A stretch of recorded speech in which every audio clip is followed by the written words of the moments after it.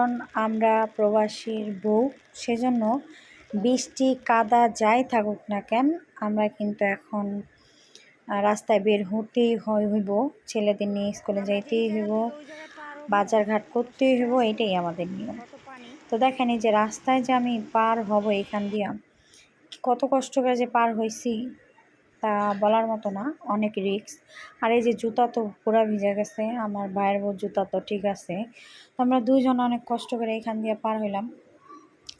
আমরা আসলাম আর কি মাছের বাজারে, টুকটাক কিছু কেনাকাটা করব, বেশ কিছু কিনবো না, যেহেতু বৃষ্টির মধ্যে এমনি মাছের দাম বাড়তি, আর হচ্ছে মাছ নাইও তেমন একটা। আর আমি যেহেতু গ্রামে গেছিলাম 2টা মুরগি আনছি, তো এগুলা দিয়ে হয়ে যাবে 1 সপ্তাহ। এই টুকটাক কেনাকাটা করছি। আর প্রচুর দাম আজকে, যেহেতু এত বৃষ্টি, সবাই বলতেছে মাছের দাম বেশি, তো কিছু করার নাই, সেটা তো আমি আগেই বললাম। আর এত মানুষ আমার ভিডিও দেখে, ভালো ভালো কমেন্ট করে, তাদের উদ্দেশ্যে বলতেছি ধন্যবাদ আপনাদের সবাইকে। আর আমি খুশি হব যে আপনারা যদি আমার ভিডিওটা বেশি বেশি শেয়ার করেন, তাহলে কিন্তু আপনাদের জন্য ভালো। তো অবশ্যই বেশি বেশি শেয়ার করে দিবেন ভিডিওটা, আর আমার সাথে থাকবেন আর ফলো দিবেন। দেন চেকটা দেন।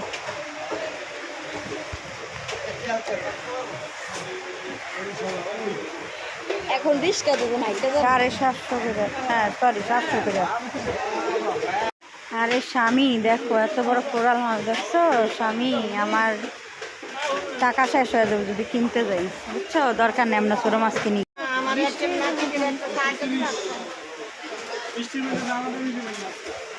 ওই লেগে দাম বেশি, বৃষ্টির লিগা বেশি দিয়ে না দিয়ে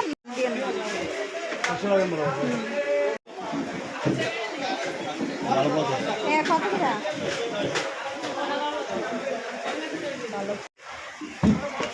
শুরু শুরু শুরু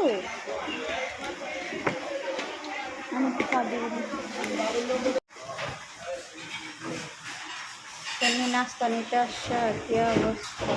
তুমি যাত্রা নিয়েছে নাস্তা নিতে।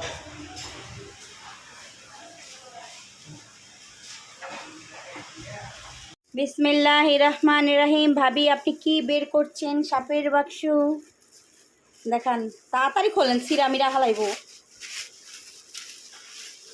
আগেই খুলছে, পাবদা বেশি আনি নেই ভাই, আমাদের মানুষে এই মাছ কেউ খায় না, আমার ছেলেরা খায় না। ইলিশ মাছ আনছি আমার ছেলের জন্য, মাছ নাই বাজারে, বৃষ্টি লিগা মাছ আছে, আর মাছের দামও বেশি। এই মাছে 750, কত সরি 700 টাকা কেজি না, 700 ইলিশ মাছ। আচ্ছা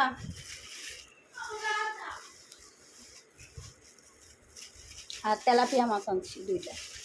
এই মাছ আর মুরগি তো কালকে আনছি, গ্রামে গেছিলাম মুরগি নিয়েছি, আর পরে আবার বাজার করুন, বাজার এখনো শেষ হয়নি।